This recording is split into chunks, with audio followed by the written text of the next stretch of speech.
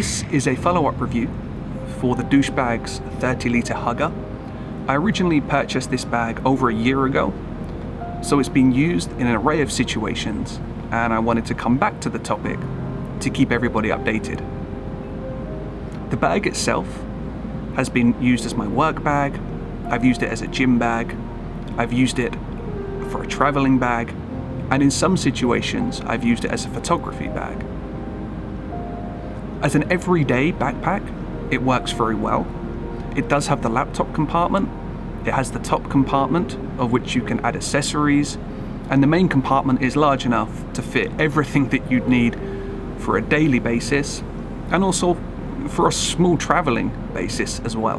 When it comes to the good side of the douche bag after 1 year, the design and the look still very much appeals to me.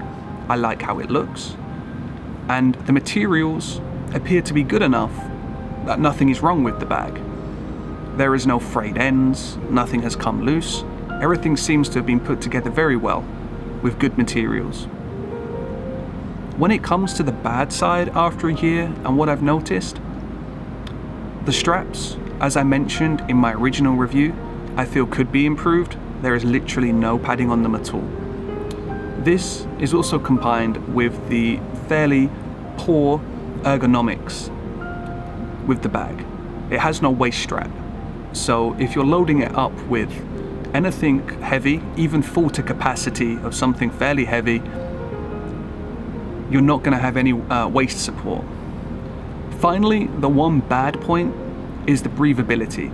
So if you have the bag loaded up, the back panel doesn't really breathe, you're going to get pretty sweaty pretty quickly.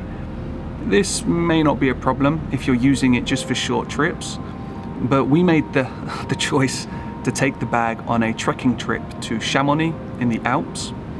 I didn't have another backpack at the time, so we were using it to carry sort of camera equipment up for sort of 6 to 10 kilometer treks. As a result, I was pretty much wet through on my back, as the bag just does not breathe adequately for such an environment. One of the unadvertised features is how waterproof the bag appears to be if it's raining. What I mean by this is that water just sits on top of the bag and nothing inside has ever gotten wet. The only time that you need to be concerned about how weather sealed it is if you use it on a bike with no rear bumper. The spray will get to the cotton base, which will probably then affect or make whatever's inside wet. Overall, I don't regret the purchase whatsoever. As I said, really the bag's design appeals to me. It's still kind of cool when you see other people wearing douche bags because they are pretty limited in how many people have them, at least here in Finland. And I'd highly recommend it to anyone. Now, I do think the price and the design has changed. At least I checked out the website before recording this, and it looks like the price is now 200 euros with a slightly different logo. At 200 euros, you know, you're kind of reaching the level of Peak Design, F-Stop and alike. At that point, if there is not an alternative, then sure, get it. But I think 200 euros, even though the bag looks cool and does as it's intended, is a little bit steep. I think you're very much paying for the brand at that point. Anyway, check the bag out, buy it if you want it.